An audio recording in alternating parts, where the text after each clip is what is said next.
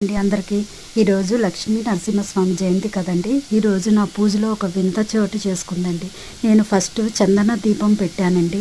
ఆ దీపం దానికంతటా అదే కదులుతుందండి. నాకు భయం వేసి, ఇంట్లో ఎవరూ లేరు, నేను ఒక్కదాన్నే పూజ చేసుకుంటున్నాను.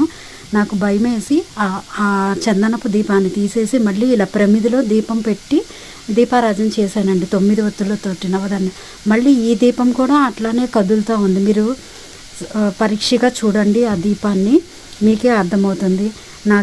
నాకేం అర్థం కాలేదు ఒక క్షణము.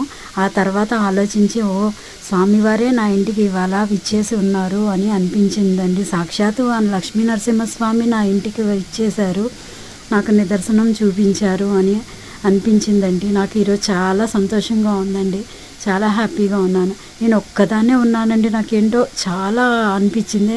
అదే పనిగా ఆ దీపం అలా కదులుతూనే ఉందండి. అసలు చూడండి మీరే పరీక్షగా, ఆ దీపం అలా కదులుతూ ఉందండి నాకు. జై లక్ష్మీ నరసింహస్వామియే నమః.